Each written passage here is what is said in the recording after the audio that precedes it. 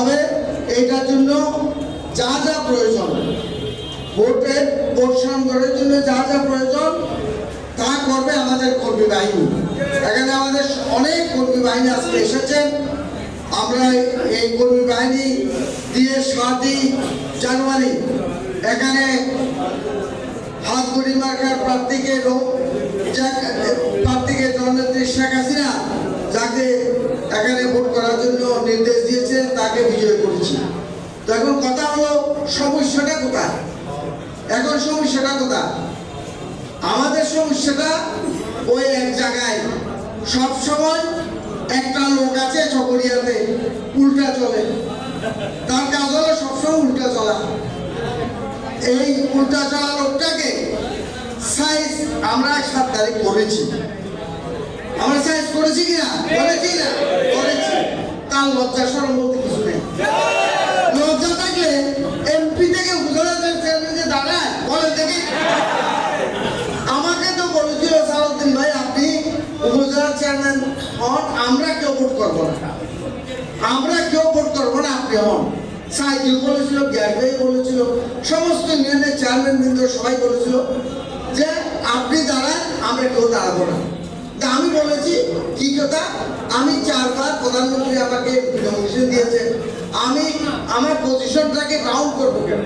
আর একজন মানুষ তো চেয়ারম্যান আছেন, তারটা কেড়ে নেওয়ার কি দরকারটা আছে? ঠিক আছে নাকি? তাহলে আমরা উদারতা, মানুষের উদারতা থাকতে হবে। তুমি এই এমপিতে নমিনেশন পাও নাই, তোমাকে মাননীয় প্রধানমন্ত্রী এমপিতে নমিনেশন দেয় নাই, কারণ তুমি সীমা লঙ্ঘন করেছো, তুমি লুটপাট করেছো। তুমি এই চকরিয়া পেকুয়াতে এমন কোনো কাজ নাই তুমি করো নাই, তোমার কিছু ছিল না। তোমার কি ছিল? তুমি সবসময় আমার কাছে হাত পেতে থাকতাম। আমি বলতে চাই না সেই লোক আছে সিস্টেম বানাইছো, পেকুয়া নিউ মার্কেট বানাইছো, কোটি কোটি টাকার মালিক হয়েছো। হ্যাঁ, বলে আমি 3 কোটি টাকার গাড়িতে চড়ি, কার আছে বেটা? তোর বাড়ি দিছে 3 কোটি টাকা, তুই তোর মোবাইল সহ 3 কোটি টাকা দেখছিস বেটা। আজকে তুই এগুলো কম মারস মানুষকে। আজকে কি করছে? তোরা যে যা বলস ভাই আমার সোনার ঘড়ি চাই, ওই কবিগুরু বলেছে যে তোরা যে যাই বলস ভাই, তোরা যা যে বলস, কিন্তু আমার সোনার ঘড়ি চাই, আমার ওই ফোর্স চাই, আমার ওই এমপিগিরি চাই, উপজেলা চেয়ারম্যানগিরি চাই। হ্যাঁ, কেন ক্ষমতায় আমাকে ক্ষমতায় থাকতে হবে।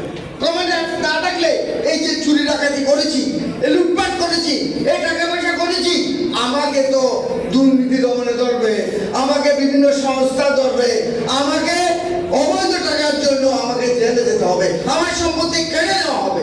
সেই জন্য আজকে তার সোনার গদি চাই। তার এমপি না হলে উপজেলা চেয়ারম্যান, উপজেলা চেয়ারম্যান না পারলে মেয়রগিরি, নিচের দিকে নামতে হবে। এই কারণে সে নেমেছে। ভাইরা বন্ধুরা, আমাদেরকে এই দুষ্ট লোকের থেকে চকরিয়াকে আরেকবার মুক্ত করতে হবে। আমরা সন্তানি মুক্ত করেছি, এই দুষ্টানি আমাদেরকে মুক্ত করতে হবে। এই দুষ্ট লোকটাকে উপযুক্ত শাস্তি আমাদেরকে দেওয়ার জন্য ঐক্যবদ্ধ থাকতে হবে। হ্যাঁ, আমি উপরে নিচে মধ্যে সব জায়গায় কথা বলে এসেছি, সব জায়গায় কথা বলে এসেছি। এখানে কোথায় কারণ নাই, কারণ নাই। সে হলে কাগজে পায়। যদি তার এতই ক্ষমতা থাকতো, শহীদ ইব্রাহিমের বাড়ি হাঁটা জানি অন্য জেলায়, তার একটা ফটো ছিল না এখানে। সে এই বাচ্চা যাব এখানে 31,000 করে সে পরাজিত হয়েছে।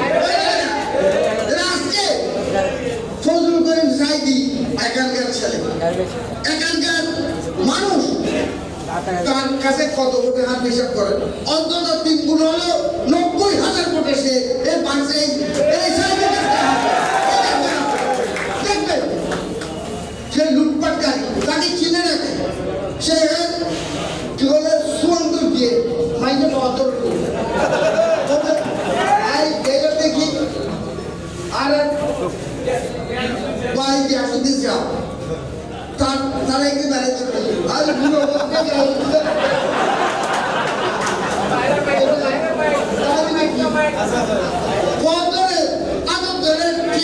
কিনে খারা খাবে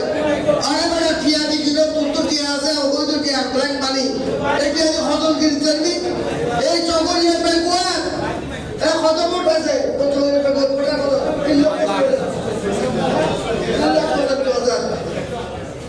3,60,000 মানুষ চকরিয়া আছে তো হওয়া মানুষ কিনতে বেড়া হ্যাঁ তুই কি খারাপ হওয়া মানুষ তুই টিয়া দি কিন পয়সা দি কিন কিছু মানুষ টিয়া পয়সা লই গেলে তার লয়ে যান আবার তোদের দেখি কত সালা তুই যাবে বসাই হ্যাঁ টিয়া লই কি কত দেই কি গ্যাস দিন টিয়া কি বসাই এখন এই দিলে দিন ভাই আরে অনতর্ণ দিদা করবে কোনো সুযোগ নাই তবে আই চাই দিল হইও ভাই তুই একটা কাগজত রিজাইন লেটার দি রাখো তুই হলে ক্ষমতা গেলে আবার বাইতে যাব